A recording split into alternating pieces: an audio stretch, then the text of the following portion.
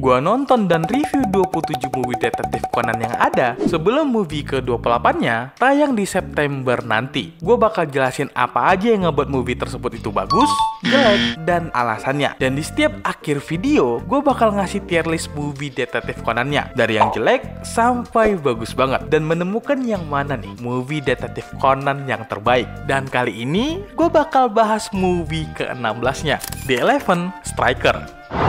劇場版名探偵コナン11人目のストライカー The 11 Striker rilis pertama kali di Jepang 14 April 2012. Movie-nya ini mengambil timeline di antara episode 651 dan episode 652. Bercerita tentang teror bom misterius yang mengincar Liga Sepak Bola Jepang dengan alasan balas dendam kepada Kogoro. Conan harus memecahkan kode yang dikirim pelaku untuk menyelamatkan puluhan ribu penonton di stadion. Dan ya, menurut gue movie ini sedikit underrated. Mungkin karena temanya sepak bola, bagi kalian yang nggak ngerti atau nggak ngikutin sepak bola, movie ini akan kerasa ngebosenin. Bahkan yang ngikutin sepak bola, nonton movie ini mungkin ada ngantuknya. Karena untuk mengerti konteks yang ada di movie ini, kalian setidaknya harus sedikit ngerti tentang J-League atau Liga Sepak Bola Jepang. Contohnya orang ini, Yatsuhito Endo. Kalau kalian nggak ngerti sepak bola atau nggak tahu dia siapa, gue yakin waktu ada dia, kalian pasti bosen. Tapi, kalau untuk orang Jepang atau yang ngikutin J-League, orang ini bisa dibilang salah satu pemain legend di Jepang. Makanya, waktu Conan minta diajarin free kick ke dia dan menjadi key moment di bagian akhir, itu dijadikan momen utama di movie ini. Karena,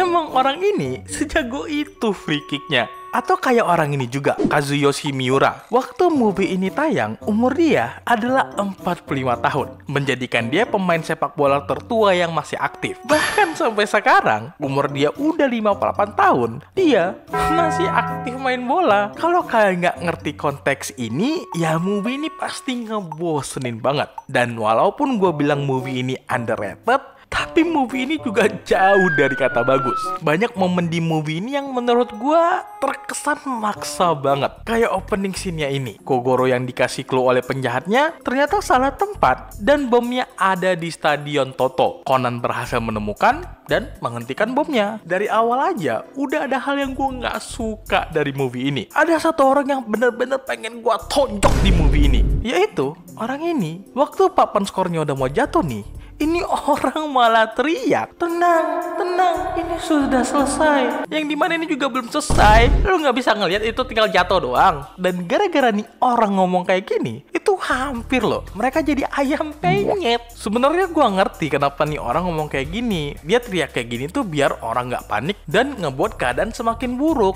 Tapi menurut lo scene ini penting nggak? Enggak. Scene ini ada murni untuk ngebuat momen ini menjadi lebih intens. Apakah mereka dapetin momennya? Secara teori, iya.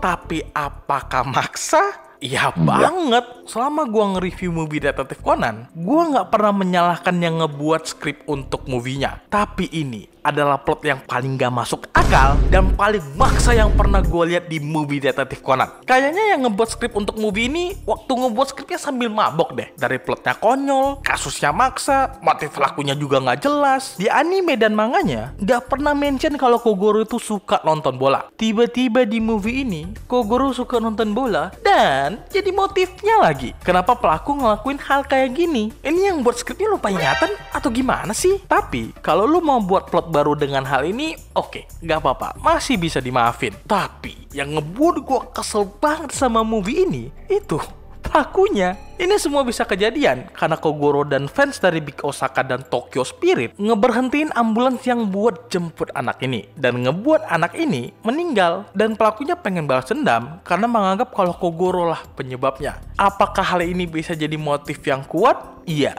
bisa banget. Tapi ledakin 11 stadion dan 10 stadionnya diisi orang? Enggak. Alasan kenapa gue bilang yang ngebuat skrip ini sambil mabok, karena menurut gue mereka ini nggak bisa ngasih motif yang kuat buat pelakunya ngelakuin hal kayak gini. Dan walaupun movie ini berusaha ngebuat kita simpati dengan cerita sedihnya dia, gue sama sekali nggak simpati sama nih orang. Yang ada gue malah kesel. Kayak lu itu hampir ngebunuh 80.000 orang lebih loh dengan alasan konyol lu. Dan lu tahu nggak yang paling tainya apa? Ini orang pakai berani bilang ke Conan, pergilah, masih ada 2 menit lagi sebelum bom ini meledak. Aku tidak ingin kau seperti Tomofumi. Tai, lu itu udah ada niat ngebunuh 80.000 orang. Pastinya juga ada anak-anak seumuran nih bocah dong, Satu-satunya yang bagus dari movie ini itu cuma action dan ending lagunya.